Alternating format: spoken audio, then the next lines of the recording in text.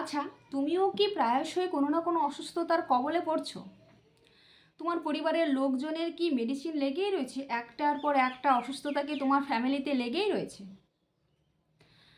তুমি যে বাড়িতে রয়েছো, সেই বাড়িটা কিন্তু তোমার জন্য ভীষণই গুরুত্বপূর্ণ একটি ভূমিকা পালন করে।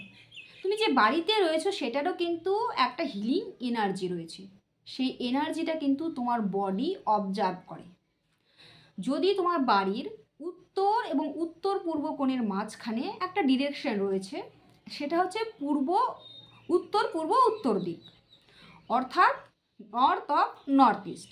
যদি তুমি এই ডিরেকশনটাকে কোনোভাবে খারাপ করে রাখো, যদি কোনো নোংরা আবর্জনা কিংবা নোংরা জল কিংবা আরও যে অন্যান্য নোংরা বস্তুগুলো রয়েছে, তুমি যদি দীর্ঘদিন ওই ডিরেকশনে যদি এই জিনিসগুলোকে জমিয়ে রাখো, কিংবা হয়তো তোমার ওইদিকে কোনো একটা রুম রয়েছে, সেই রুমের যে উত্তর দিকের যে ওয়ালটা রয়েছে সেই কালারটাকেই তুমি চেঞ্জ করে দিয়েছো, অর্থাৎ যেটা তত্ত্বগত কালার সেই কালারটাকে তুমি সে কালার হিসেবে কালার করনি, মানে সেই তত্ত্ব হিসেবে তুমি সেটার কালার করনি, তার যে শুভ কারকতা রয়েছে সেখানে কিন্তু আমাদের হিলিং এনার্জি ক্রিয়েট হয়।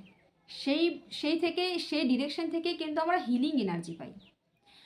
তুমি যদি এই জিনিসগুলো করে রাখো, অর্থাৎ তার যে শুভ কারকতা, তুমি হয়তো কালারটাকে সেখানে তার এমন একটা কালার করেছো, সেই কালারটা তার হচ্ছে অ্যান্টি কালার, এরকম যদি তুমি করে থাকো তাহলে কিন্তু তোমার ফ্যামিলির বা তোমার প্রায়শই কোনো না কোনো অসুস্থতা লেগেই থাকবে। মেডিসিন কিন্তু তোমাদের লেগেই থাকবে। তাই অবশ্যই চেষ্টা করবে তোমার বাড়ির উত্তর এবং উত্তর পূর্ব কোণের মাঝখানে যে ডিরেকশনটা রয়েছে সেই ডিরেকশনটাকে ঠিক রাখা। সকলে ভালো থেকো, সুস্থ থেকো। জয় শ্রীকৃষ্ণ।